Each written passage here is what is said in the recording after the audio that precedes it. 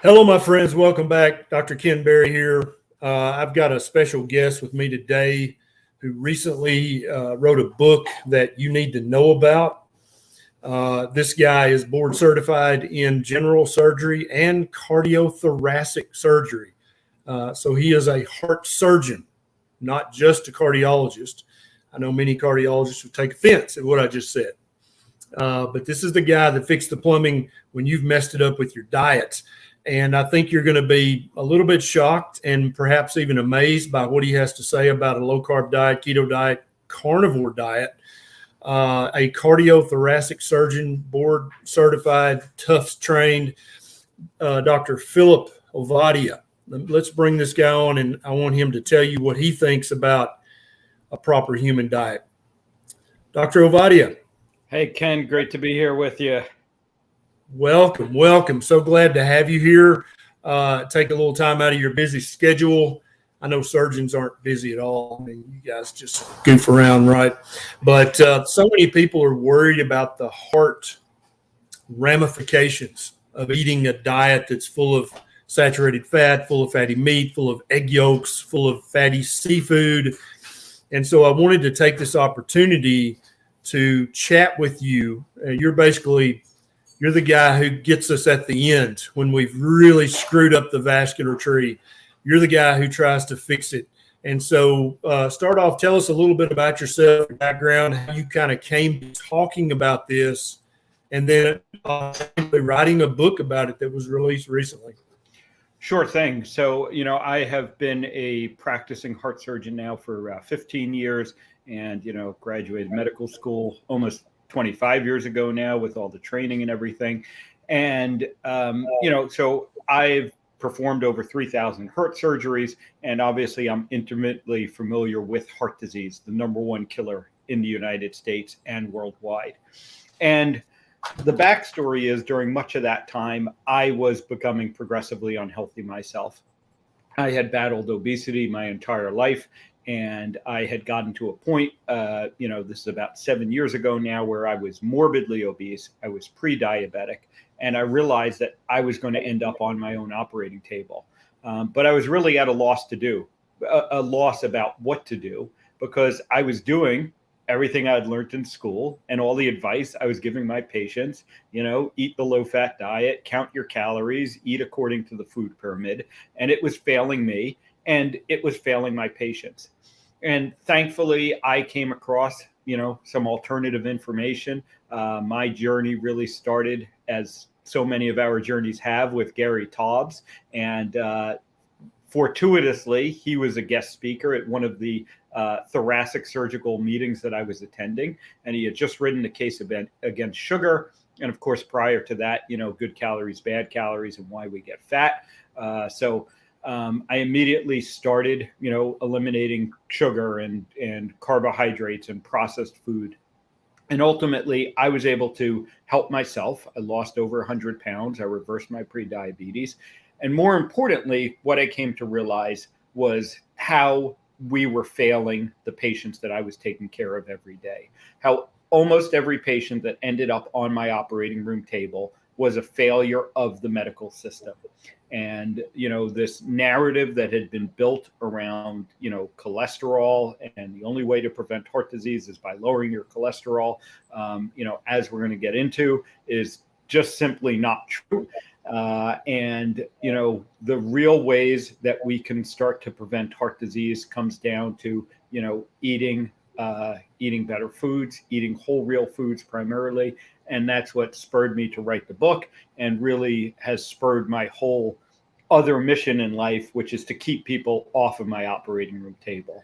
And of course, that's going to sound real strange coming from a surgeon, because most surgeons are out there looking for how they can be, busier.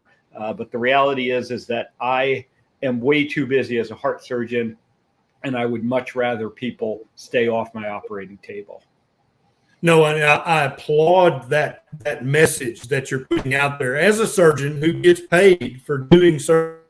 And I keep hearing this over and over in the low-carb, keto, carnivore community from healthcare providers. It's like, well, even though this is going to directly impact my income, And I think the first time I ever heard this was from Gary Fetke, who's an orthopedic surgeon in the other who just told people, you got to stop the sugar. I don't want to have to chop your leg off. And he got in trouble with his heart. But I keep hearing this from dietitians in the low carb space, even though I risk being slapped on the wrist by my medical board or by the hospital committee, even though I run the risk of actually lowering my income as a surgeon, I still have an ethical duty. Once I found this out, once it worked for me, once it worked for usually a small sample size of patients, so you're like, just try this and see what happens. Once it worked for them and you started delving into the science, did you feel ethically compelled to start recommending a low-carb diet to your patients? Yes. Ultimately, I hope that all of, each one of us as physicians went into this because we want to help people first and foremost. And that should be our primary concern, the patient and how we can best help the patient. And, I realized pretty quickly that the way that I could be best helping my patients is by teaching them this information to help them improve their lives and help them, not end up needing heart surgery, or even if they did need the heart surgery, to still improve their lives afterwards. The bottom line is that it's never too late to start making these changes. And even if you have advanced heart disease, I have seen patients dramatically improve their quality of life by instituting, these dietary changes. And I have seen them lower their risk of, ongoing problems related to the heart disease, the diabetes, the high blood pressure, all of these things that we know are treatable by diabetes. So, I think there are many of us in this community that repeat, you can't unsee it once you see it. And that's simply the truth for me. And, I realized pretty quickly that this wasn't something that I could just keep to myself. Fortunately, I'm in a position where, I'm able to, write the book and have the audience to get this information out to people. And like many of us, I am also finding different ways to work with patients so that I'm not waiting for them to come to me as a heart surgeon. I also have a telemedicine practice where I work with people who are trying to prevent heart disease or improve their heart disease if they already have it. Absolutely. And I've got a picture. Look up. Dr. Philip Ovadia is a cardiothoracic surgeon, a heart surgeon, and he wrote a book, Stay Off My Operating Table. I think this is available at all bookstores. There is an Audible version for all you guys with ADHD like me. You can listen to it while you do three other things. It's an excellent read. I think you can tell by the foods shown on the front of the cover that Dr. Ovadia, a heart surgeon, is not afraid of red meat or even processed meat. Doc, somebody just in the comments, they said, my heart doctor is a vegan and recommends that I eat only a plant-based diet. Now, I know that you've delved into the research about how food affects heart function and cardiovascular health. How are you and I able to look at the same research that all the vegan and plant-based cardiologists and cardiothoracic surgeons, they look at the same research we do, but yet somehow you and I come to a drastically different conclusion as to what the research means, or it very often does not mean. Can you explain that for the viewers? You're a heart guy. How can you not be recommending a vegan diet? Yeah. So, what was interesting to me as I, thought about all the different diets that people have used, and, we look at the literature as to, what seems to help with heart disease. And the commonality that I was able to find, and that was sort of my approach to it, what do these things have in common? What do the vegan diet and the carnivore diet have in common? And what they have in common is that they are whole, real food. They have eliminated processed food. Although, of course, we all know that Oreos are technically vegan. So there are bad ways to do a vegan diet, just as there are bad ways to do every diet. But the people who are successful with all of these different dietary strategies, the vegan diet, the carnivore diet, keto, Atkins, Mediterranean, paleo, what they have in common is the more that you eliminate processed food, the more you focus on eating whole, real food, that is what leads to the success. That is what leads to the positive health outcomes that we're looking for. Oh, I totally agree. I think that my standard advice for somebody who's like, I'm brand new to this, I don't know anything about anything. What's the first 3 steps? Remove all sugars, definitely processed sugar, also much of the naturally occurring sugar. Number 2, remove all the grains, beans and legumes. Number 3, remove all the vegetable seed oil. And you may or may not agree with those first 3 steps, but the reason I think those steps help so many people is that essentially eliminates all the highly processed food, because that's what you make out of with some added salt and maybe some flavors and other things. But the main 3 ingredients are sugar, grains, beans, legumes, and vegetable seed oils. So do you think all 3 of those, do you look at all 3 of those categories as the villains that I do? Or do you think, I don't know about the grains or the vegetable seed oils? What's your take on that? Yeah, so the vegetable and the seed oils and the highly processed carbohydrates are clearly things that were never meant for human consumption. And, it's always interesting when people talk about, the carnivore diet and they say, oh, it's a fad. And, the answer is no. The processed food-based, standard American diet is the fad. Carnivore diets and, eating plant material are things that we have been doing as humans for millions of years. It's only within the blink of an eye, on the grand scale of things, that we have introduced these processed foods into our environment.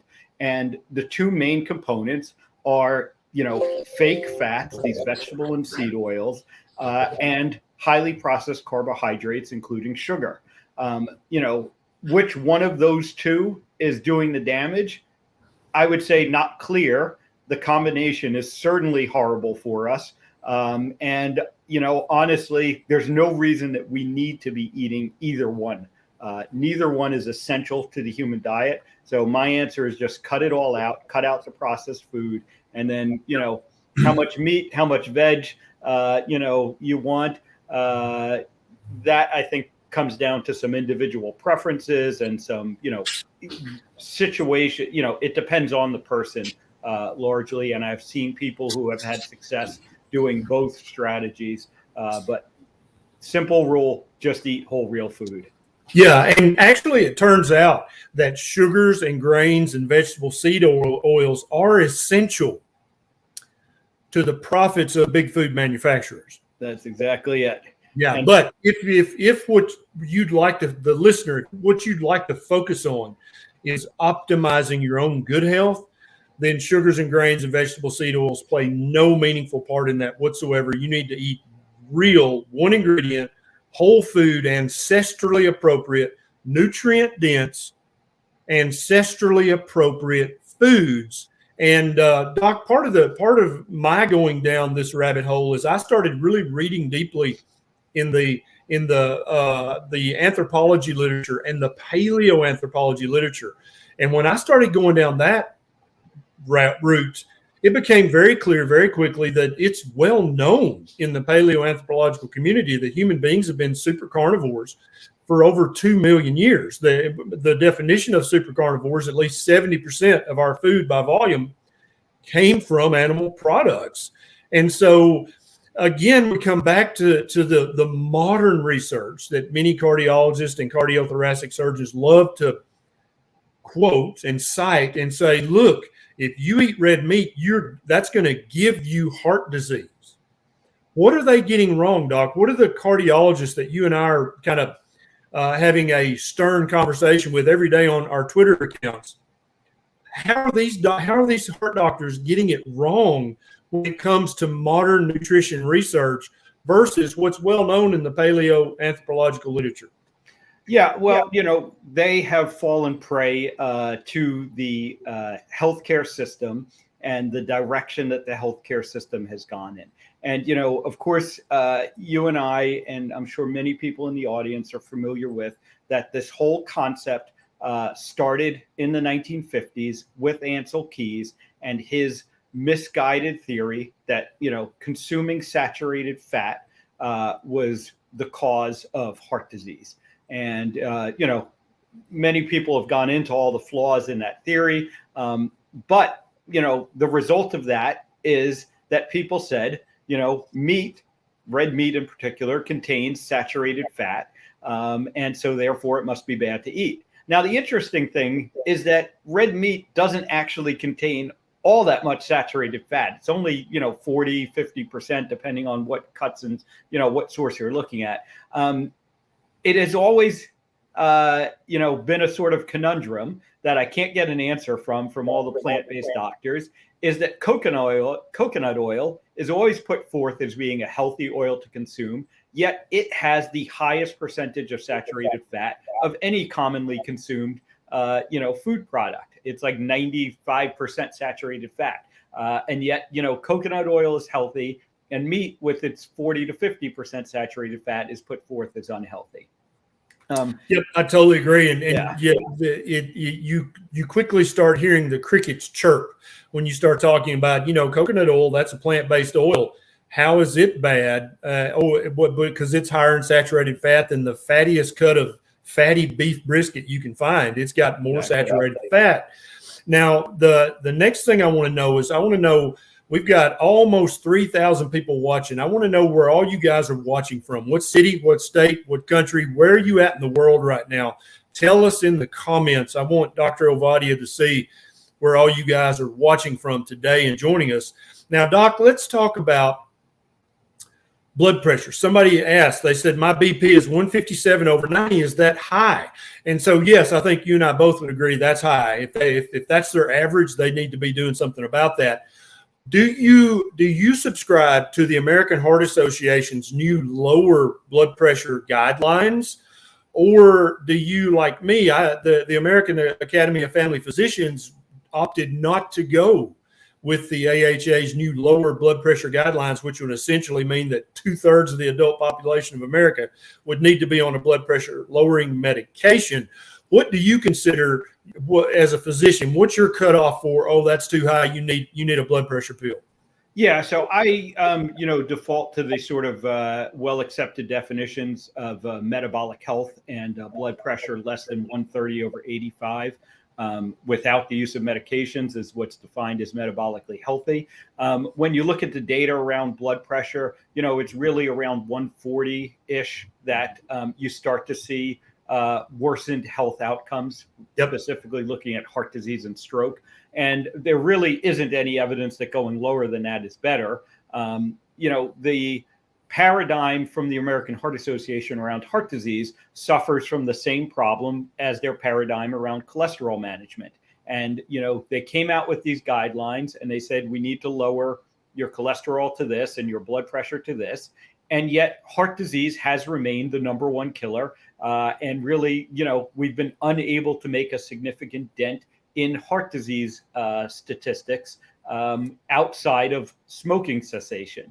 And so the American Heart Association, being so bought into the narrative around cholesterol and, around pharmaceutical treatment of blood pressure, says, well, we just must not be doing it strong enough. We must not be doing it well enough. So let's make the limits even lower because, everyone knows if, low is good, then lower must be better.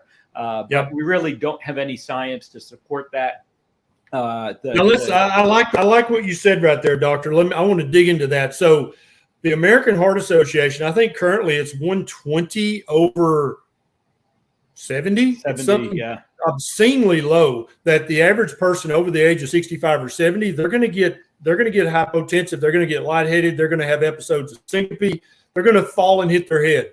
If you pharmaceutically lower their blood pressure that low, especially if they've been running 140 over 85 for years and years and years, that's not a normal blood pressure for them. Do you think the American Heart Association, let's get a little conspiratorial here perhaps, Do you think that the American Heart Association based their new guidelines on some science that I can't find and maybe you can't find either? Or do you think there might be a little bit of credit to the semi-conspiratorial belief that the American Heart Association is kind of in bed with Big Pharma and they kind of made this artificially low blood pressure the new goal, just more blood pressure pills? What's your take on that? Yeah, I mean, it is not conspiratorial to say that the American Heart Association is in bed with Big Pharma. We know their funding sources. We see that, you go to the conferences and you just see the endless, advertisements for pharmaceutical products at their conferences every year. So I don't think it's conspiratorial to say. Furthermore, we look at the people who sit on the guideline committees, and we see all of the disclosures about all their ties to the industry. So, whether or not that's their primary motivation, I'm not going to go quite that far to say that it's their primary motivation, but it certainly has an influence on their thinking. And more so what I see, like I said, is that they had this theory, and, it really started with the cholesterol part of it. And they said, okay, lowering people's cholesterol is going to take care of heart disease. We're going to wipe out heart disease by lowering their cholesterol. And it didn't work. And their only answer was, we must need to lower cholesterol better, instead of stepping back. And I admit this takes a lot to admit you were wrong and say, maybe we were wrong about the cholesterol thing to start with.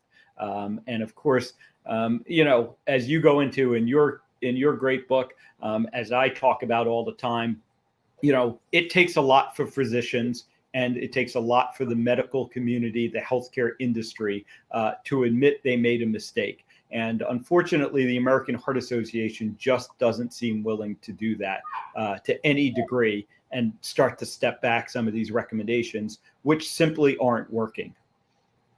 Yeah, I totally agree. And I'm sure you're aware now that both the American Diabetes Association and the American Heart Association now accept as an acceptable therapeutic intervention a low carbohydrate or a very low carbohydrate diet for patients with type 2 diabetes. That's in both of their guidelines now. The AHA basically adopted the ADA's guidelines when it comes to people with type 2 diabetes and heart disease. They now say that a low carbohydrate diet is one of the therapeutic dietary interventions that is acceptable.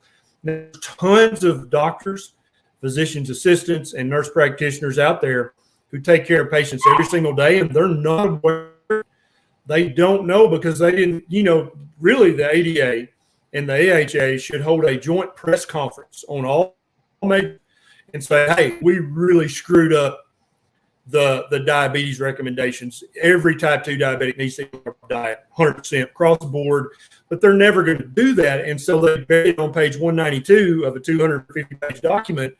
No healthcare provider, if they've got a full book, they don't have time to read that whole thing. So they're still unaware that it's now acceptable medical practice to recommend a low carbohydrate diet to patients with type 2 diabetes, either with or without heart disease. And the other thing that the the American Heart Association, they keep trying to lower and get lower and lower and lower is the LDL cholesterol number. Your career has the goal LDL cholesterol number been low? And then let's talk about the panel. What numbers do you think are truly important? Which ones could you kind of care less about, et cetera? Yeah. So, I graduated medical school in 1998. Statins by that time had become the most widely prescribed class of medication in the world. And the guidelines at that time, as I remember them, were at LDL cholesterol less than 140. Total cholesterol, I think, was less than 220, I want to say, or maybe even 240. Yep. And gradually over time, they've been lowered and lowered. And today, the official guidelines say that, you should have an LDL cholesterol of less than 100. And of course, now we have these, newer medications, the PCSK9 inhibitors, that we are literally driving patients' LDL cholesterol down to 20 or 30. unheard of levels. We look at the correlation between LDL cholesterol and heart disease, and it's a lousy correlation. So in the end, what I say about LDL cholesterol is it's a useless marker. We shouldn't even be paying attention to it anymore. We have much better metrics. And, you look at if you want to believe that cholesterol is a primary driver of heart disease, you can at least look at the European guidelines, the Canadian guidelines. They've all moved beyond LDL cholesterol, and they talk about ApoB, and they talk about NMR and size, particle distribution, and then we can look at other markers like Lp(a). And so, what I end up doing with a lot of the patients that I interact with now is just saying, let's get beyond the LDL, because if you go to your doctor and they are making a treatment decision based on one number, they are not doing their job as a doctor. That is the bottom line. We need to be looking at a more complete picture of our patients. And, the guidelines only have the one number in them. But of course, as you said, most doctors don't even know the guidelines. They don't know that the CAC score is in there in the guidelines. So the CAC score is underutilized.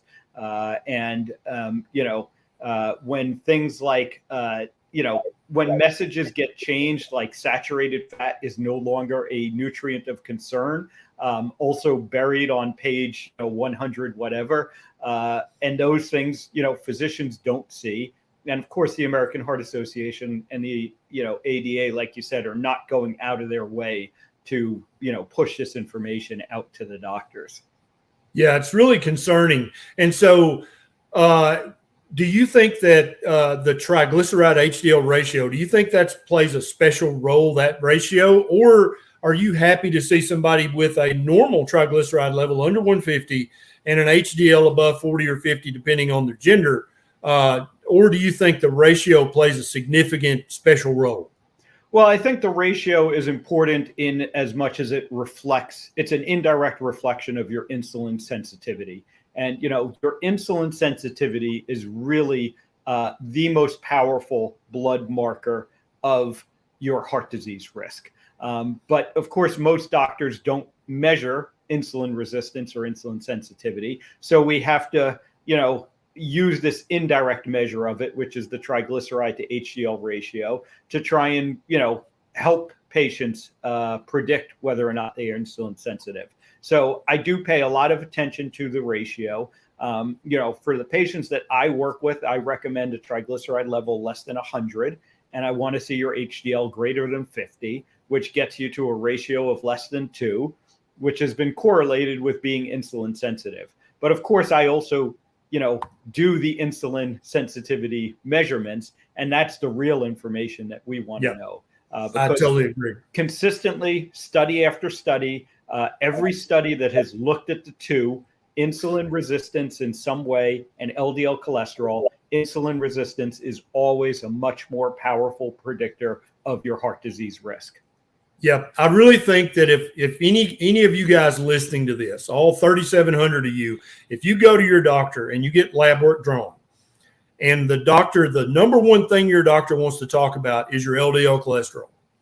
They don't want to talk about your A1C, even if it's high. They don't want to, they didn't even check your fasting insulin or your C-peptide, which is an excellent proxy marker for hyperinsulinemia. They don't want to talk about your triglyceride to HDL ratio. They just want to talk about the damn LDL. I would opine, Dr. Ovadia, cardiothoracic surgeon, that they basically are de facto employees of big pharma corporations. They have forgotten the basic human physiology and pathophys of what leads to inflammation and damage to the intima of the cardiac arteries and indeed arteries all over the body. Why are doctors so compelled to only want to focus on the LDL to the point where they become emotional and get upset and angry at a patient if the patient even says, well, look, I've lowered my A1C from 8 down to 5.2. Isn't that somehow protective even if my LDL cholesterol is high? What's going on with these doctors? Yeah, so I think it really comes down to that, the doctors had abdicated their responsibility to the patient. And, they are trapped in a healthcare system where they are overwhelmed. They are so busy taking care of sick people that they literally just don't have the time to think for themselves anymore. So their only choice is to, just follow the guidelines. And the real challenge becomes, when someone challenges those deeply held beliefs, and I admit, I believed, I knew that cholesterol was the cause of heart disease for the first, 10 plus years in my career as a heart surgeon. Yep. And then I started to see the other information, and, it takes a lot, it takes, it takes, without sounding sexist, you have to be a man to admit you were wrong. And you have to own up to that mistake, and you have to, admit that. It is ironic because, you and I both heard as we went through medical school many times the quip that, half of what you were learning in medical school is going to be proven to be wrong by the time you retire. We just don't know which half. And yet, as many times as we hear that, we don't internalize it. We believe that everything we learned in school is the absolute truth, and it's going to remain the absolute truth for our, career as physicians. And it just the human nature involved in that, because it's like every physician believes that half of what every other physician learned was wrong, but everything they learned was right. And I think for a physician, when you start to stop and consider that literally half of what you consider knowledge about human physiology, human pathophys, and human outcomes is wrong. I mean, that's terrifying for someone who makes a living of being the guy or the gal that's supposed to know what they're talking about. I mean, that's just terrifying and many doctors they just cognitively, they just dissonance. They cannot handle that, holding that belief in their head. So they just block it out. Now, Cindy's got a question. She just had a CAC score. Came back, her CAC score was 5,500. Aortic valve score was 1856. She's been keto since 9/20. What should she do? Now, everybody out there, I'm getting hundreds of questions. If you really want to get your question answered, attach it to a super chat like Cindy did. That gets it pushed to the top. You don't have to do that, but if you really need your question answered by a cardiothoracic surgeon, that's the way to do it. Of course, nothing we say today is medical advice. We are not your doctors this day, even if we are your doctor at other times in life. What would you say to Cindy? Yeah, so in general, for people with very high CAC scores, the concerns become, are you having any symptoms related to that? Are you getting short of breath when you exert yourself? Are you getting chest pains? And if any of those answers are true, that's something that you really need to get on top of. You might need to have an angiogram or a CT angiogram, which is a more invasive type of test to really see if you have blockages in your arteries that are significant. But outside of that, if you're not having symptoms, it means that you have time to figure out what's going on. And the thing about a high CAC score is it's one snapshot in time. And we know that higher CAC scores put you at higher risk for developing heart disease. But more importantly, we also know that the change in your CAC score is a powerful predictor of your risk. So if you get another scan a year later and that score continues to increase, that puts you at even higher risk. But if that score doesn't increase and, maybe even if it decreases some, that then lowers your risk. And there are things that you can do to stop the progression of coronary artery calcium. And hopefully, in some situations, I have seen it lower. That's controversial, but I have seen it in my patients. And these are, all the principles that we talk about: eating whole, real food, getting adequate sleep, managing your stress appropriately. There are some supplements that have been at least suggested to help, minimize the risk of progression of coronary calcium. Most important thing I would tell, Cindy or anyone else in that situation is find a good physician who really understands heart disease and what leads to it, what worsens it, how to improve it, to work with, so that you can, hopefully stop that from progressing to the point that you have clinical manifestations then of what we're seeing on the scan. Absolutely. I love it. Now let's talk about stents. I've seen a couple of questions in the comments about our stents. Should I get a stent? And I know that varies from case to case. I can remember just a few years ago when it was routine to use stents as primary prevention. If they just had a cath for some vague symptom and they had a 70, 80, 90% blockage, no symptoms, they got a stent. What's the current state-of-the-art recommendations about stents? When should they be? Did we put in hundreds of thousands of stents needlessly in patients, and it turns out they didn't really serve a therapeutic purpose?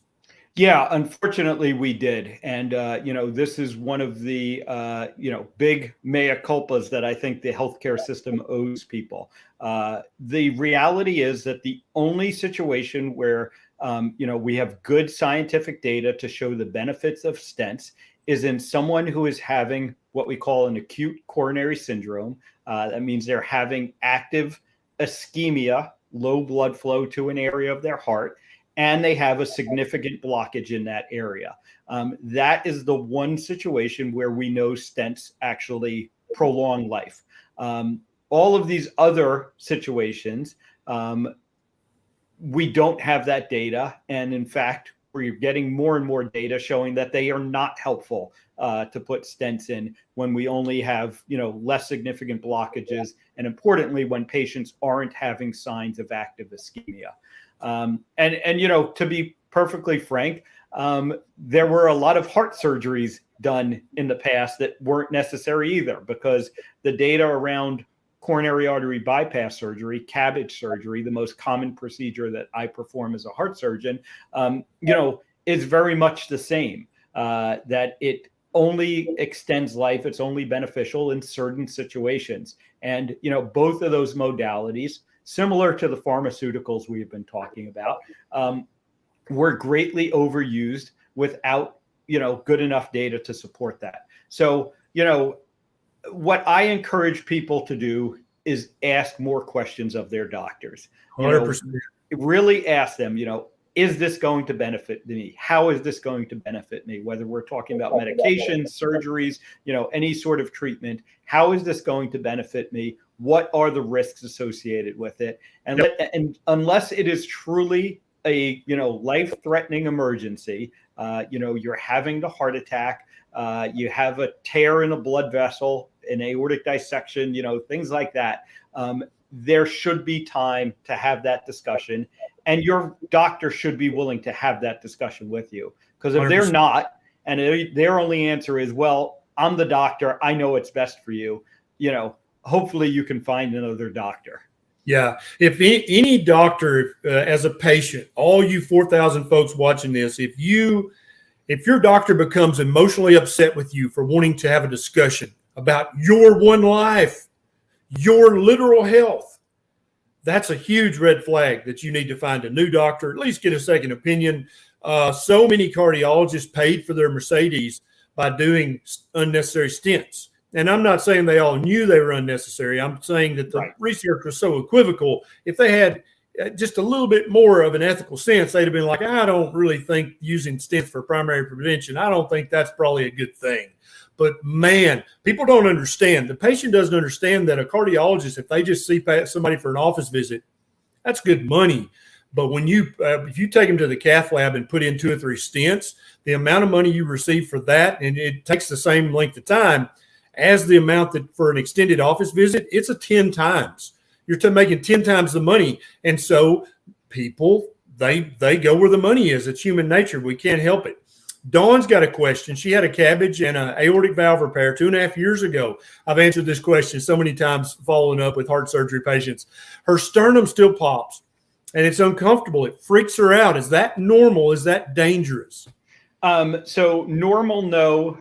Dangerous, also probably no. But it's uncomfortable, and certainly, going back, getting reevaluated by your surgeon, it would be important in that situation. Your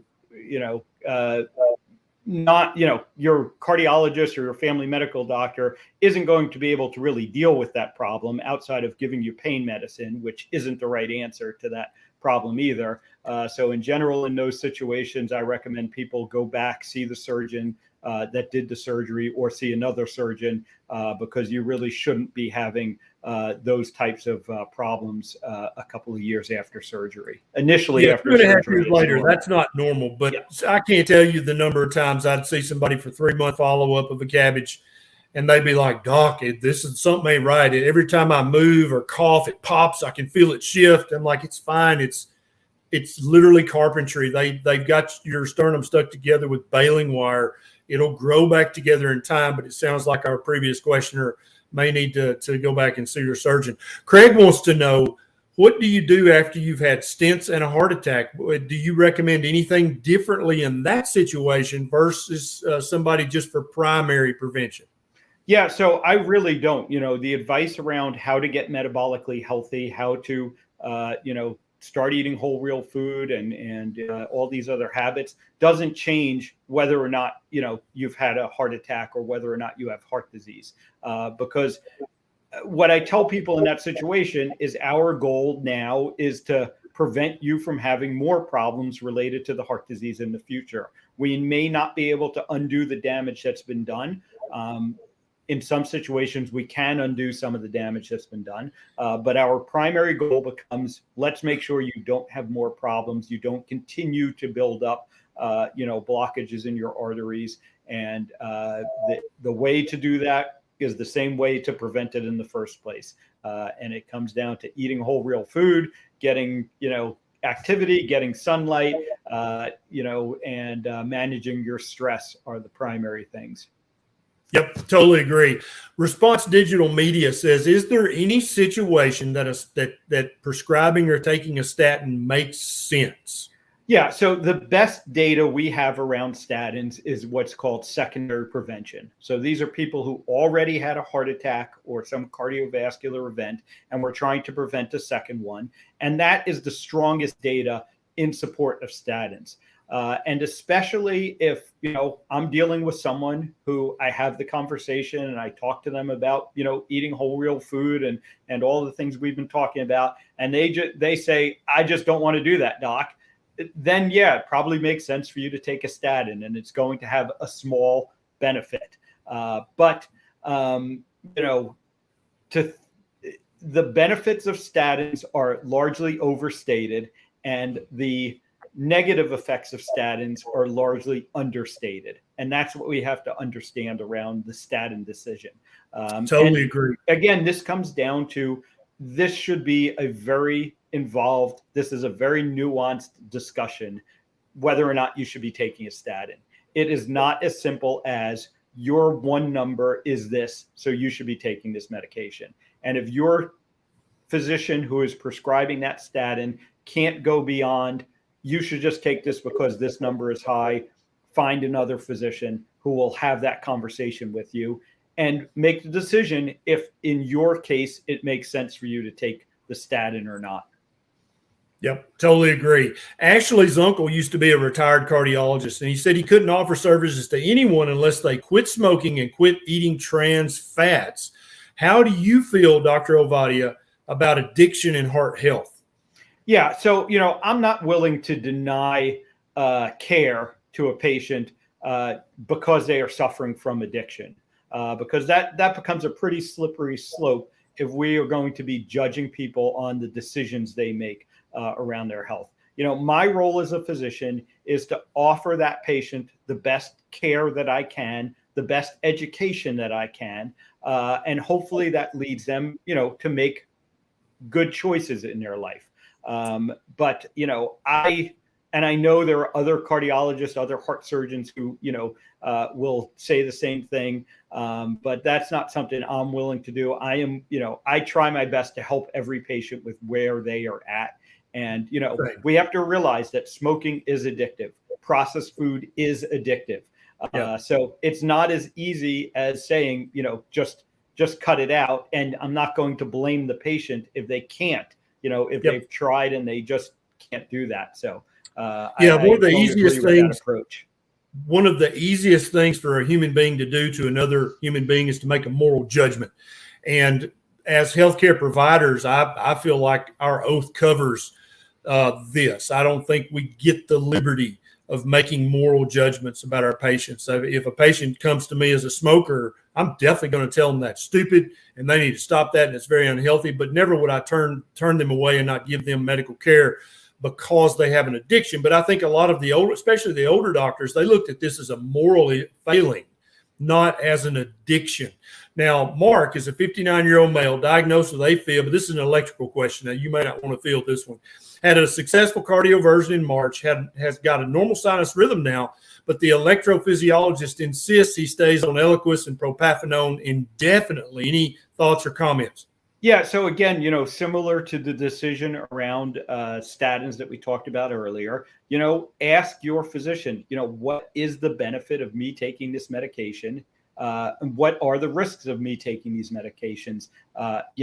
And what does indefinite mean? I mean, to say that you need to be on a medication for the rest of your life implies that a deficiency in that medication is what is causing your problems. And usually that's not the case. Usually there's some other root cause that has caused this issue.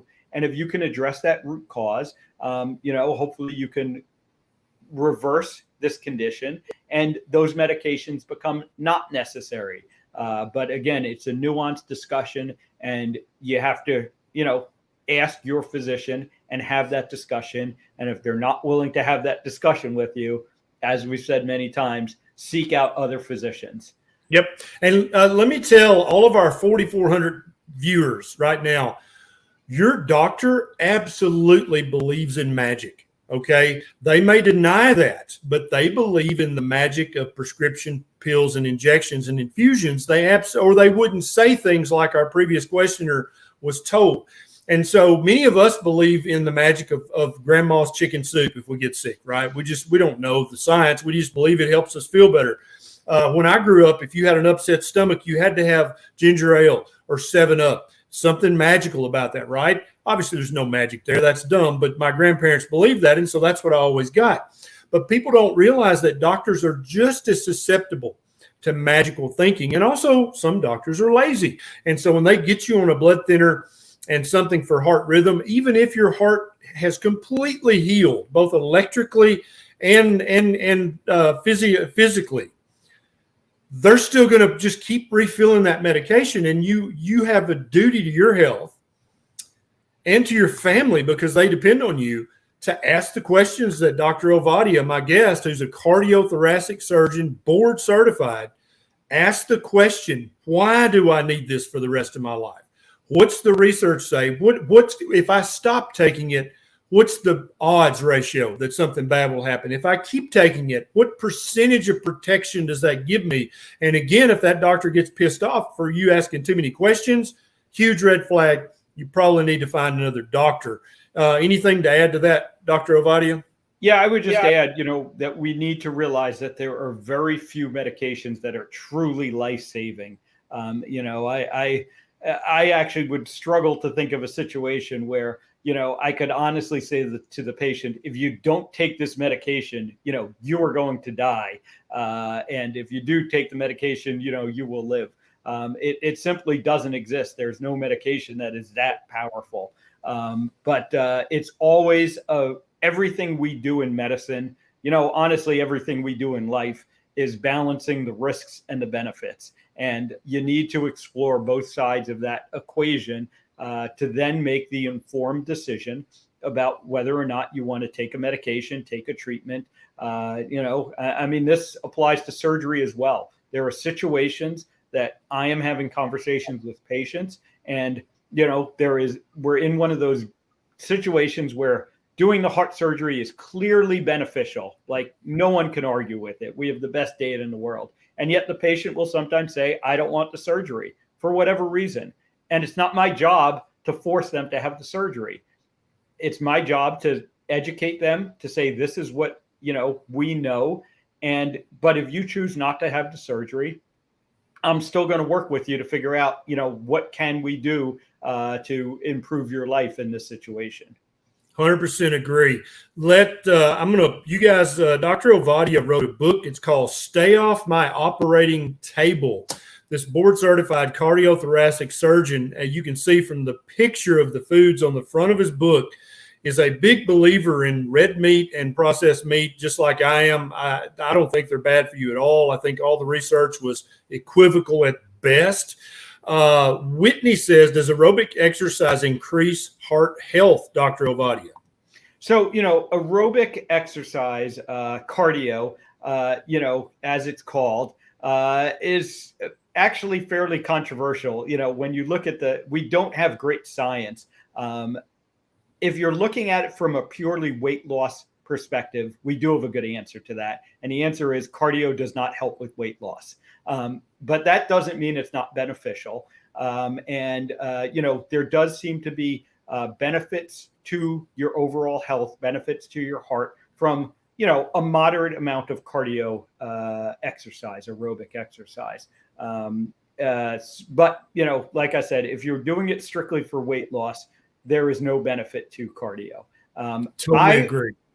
I always encourage my patients to prioritize resistance exercise, building and maintaining muscle. Because again, we do have very good data that shows that the more that you are able to maintain muscle as you age, the longer you will live and the better quality of life you will have. So I always tell patients, prioritize the resistance exercise. If you want to do some cardio, if you want to do aerobic exercise after that, in addition to that, have at it. It may help your health some, but again, don't count on it for weight loss purposes. Yes, totally agree. Now, here's a question from Matt. I get this question every day, Doc, and I'm going to read the question, and I'm going to remind everybody who's about to answer this question, and I'm going to show your book while you answer this. My mother, Matt says, has had a TIA, a heart attack, and triple bypass. She has type 2 diabetes, but her heart surgeon says she cannot do keto. Can my mother do keto safely? Now, before you answer that, Doc, I want to remind everybody, all 4,700 people, this is a board-certified cardiothoracic surgeon, a heart surgeon. Listen to his answer, and I'm going to show you the book that he has written while he answers this question. Can Matt's mom do keto? The answer is yes. Again, she should challenge her doctor to say, where is the evidence that I can't do a keto diet? Show me the study that shows it is harmful to heart patients. Because, the evidence that we do have around keto, low carbohydrate diets in general, is that they improve type 2 diabetes. Type 2 diabetes is one of the biggest risk factors for heart disease. We also have studies that show benefits to being ketogenic diets in the setting of heart failure. So these are people with low heart function, and they go on ketogenic diets or they take ketone supplements. The studies have been done with both ways, and there has been improvement in how they feel and their heart function. So I would challenge this heart surgeon to show your mother the evidence, or show you the evidence that keto is dangerous for patients with heart disease. And 100%. the answer is the evidence doesn't exist. I totally agree. Yeah. I think a lot of dietitians and cardiologists really need to shut the hell up about keto's dangerous. Keto's going to kill you, because basically they are saying something that there is not a shred of credible evidence to support. And when enough people hear interviews like this excellent interview with Dr. Philip Ovadia, they're going to start asking their cardiologist, well, you know what, doc, print me out the study that proves that. I know you're busy. I'll just have your nurse email it to me. She's got my email address. In a week or two, whenever you get around to it, doc, email me the study that shows causation between eating a ketogenic diet and worsening of AFib or CVD or CAD or any of the heart problems. I'll wait. And if I don't hear from you in a couple of weeks, doc, with the causative research, I'm going to find a new heart doctor. Is what I'm going to do. So I think a lot of heart doctors are going to start shutting the hell up about, oh, keto will kill your heart, if they don't have research to back it up, because patients are becoming increasingly educated and knowledgeable about this stuff. They can use PubMed.gov just like any other doctor can, and they can Google the big words they don't know. And before you know it, they've read all the existing literature on heart health, eating a high-fat, low-carb diet, and they're smarter than the cardiologist. Doc, we're at the bottom of the hour. I want you to tell everybody any final words, thoughts you have. Tell them about your book. Tell them where they can find you. Yeah. So, the final words of advice I have to each and every one watching this is take back control of your health. You are in charge of your health. Your physician isn't in charge of it. The government isn't in charge of it. The pharmaceutical, the food industries are not in charge of your health. You are in charge of your health, and you need to take back control of your health. For anyone that's interested in working with me, Ovadia, phdhealth.com, OVADIA, phdhealth.com is my website, has all the information. You can find me mostly on Twitter at iFixHearts. I'm also on Instagram at Ovadia Heart Health. But I love connecting with people. I love hearing from you. So, my messages are always open on those platforms, and feel free to connect with me there. I love it. Doc, thank you so very much for taking the time out of your schedule to do this. People absolutely have loved this chat.